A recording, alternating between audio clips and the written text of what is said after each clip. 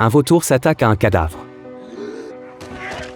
Il se redresse et regarde autour de lui, découvrant un précipice vertigineux. Le garçon crie après son père. Tout ce dont il se souvient, c'est qu'ils chassaient ensemble, lorsqu'un yak enragé les attaqua, et le projeta violemment dans le vide. Il s'était agrippé à un rocher, mais celui-ci s'était brisé rapidement, le précipitant dans l'abîme. Il ne sait pas combien de temps a passé, mais une chose est sûre, son père est déjà parti, ne voulant pas mourir. Il commence à descendre prudemment. Il s'accroche à une fissure, mais sa main glisse soudain. C'est la fin, sous ses pieds. Il n'y a rien, désespéré. Il hurle le nom de son père. Au même moment, le ciel s'assombrit de nuages menaçants. Son instinct de survie le pousse à tenir bon. Regardant en bas, il aperçoit une étendue d'eau. C'est peut-être sa seule chance de survie. Il hésite à sauter, mais la hauteur est terrifiante. Ne pas sauter, c'est mourir. Rassemblant tout son courage, il se lance dans le vide. Le lendemain, il se réveille dans la boue. Il tente de se lever, mais sa jambe est paralysée. Rampant jusqu'à une flaque d'eau, il boit à grande gorgée, assoiffé comme jamais. Il enlève ensuite sa chaussure. Son pied est enflé de façon monstrueuse. Plaçant son pied entre deux pierres, il le remet en place d'un coup sec. Un cri de douleur lui échappe. Avec des moyens rudimentaires, il se fabrique une attelle de fortune.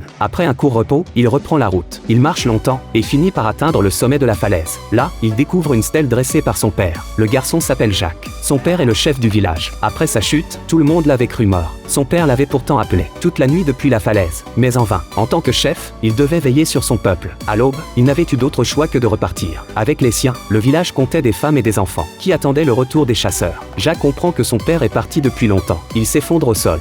Désemparé. Soudain, un hurlement de loup retentit. Relevant la tête, il aperçoit une meute au loin. Jacques prend la fuite, boitant péniblement dans la direction opposée. Il marche longtemps, jusqu'à trouver un endroit pour se reposer. Là, il boit un peu d'eau claire, et mange un petit rongeur. Soudain, il lève les yeux. Deux loups affamés l'ont repéré. Il fonce vers lui. Jacques, la jambe blessée, se précipite vers un arbre. Alors qu'il grimpe, l'un des loups attrape sa chaussure. Pris de panique, il sort son couteau, et frappe. Par miracle, il atteint le sommet de l'arbre. Les loups, incapables de grimper, le fixent d'en bas. Il passe la nuit entière, sur la vieille branche. Au matin, la meute a disparu, ne laissant derrière elle que le loup blessé. Jacques taille une lance improvisée, et s'approche prudemment. Il lève son arme, prêt à achever l'animal. Mais à cet instant, le loup pousse un gémissement plaintif, comme s'il comprenait son destin.